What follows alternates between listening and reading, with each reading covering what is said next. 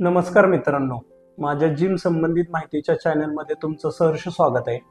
तर आजचा आपला विषय आहे ओव्हर ट्रेनिंग. ओव्हर ट्रेनिंग म्हणजे काय? तर तुम्ही बॉडीला आराम न देता सतत जास्त वर्कआउट करणे, याला ओव्हर ट्रेनिंग म्हणतात. तर ओव्हर ट्रेनिंगचे लक्षणं काय असू शकतात? मसलमध्ये पाहिजे तेवढी ग्रोथ नाही होत आणि तुम्हाला सतत थकवा जाणवणे किंवा मसलची रिकव्हरी न होणे, मसलमध्ये सतत पेन जाणवणे, हे लक्षणं असू शकतात. तर यासाठी करायचं काय? तर आठवड्यातून मॅक्सिमम 4 डेज तुम्ही स्ट्रेंथ ट्रेनिंग करायची आणि 2 डेज तुम्ही हलकासा जिममध्ये वर्कआउट करायचा आहे, जसं की तुम्ही कार्डिओ वगैरे करू शकता. आणि एक दिवस तुम्ही टोटली रेस्ट घ्यायचं. तर रेस्ट घेतल्यामुळे काय होतं, बॉडीला रिकव्हरीला तेवढा पुरेसा वेळ भेटतो आणि बॉडी ची रिकव्हरी चांगल्या प्रमाणात होते.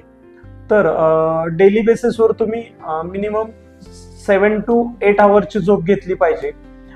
तुमचा प्रोटीन इनटेक कम्प्लीट होईल याच्यावर लक्ष घेतलं पाहिजे.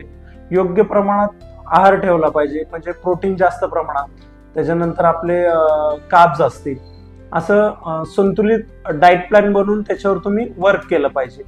आणि जिममध्ये येण्याचं तुमचं गोल काय आहे हे तुम्ही विसरलं नाही पाहिजे, कारण का मोस्टली पीपल हे फक्त नॉर्मल फिटनेससाठी जिमला येतात. तर नॉर्मल फिटनेससाठी तुम्ही जास्त एक्स्ट्रीम वर्कआउट करण्याची काही गरज नसते. आठवड्यातून तुम्ही जिममधील ट्रेनरच्या साह्याने व्यवस्थित वर्कआउट करू शकता.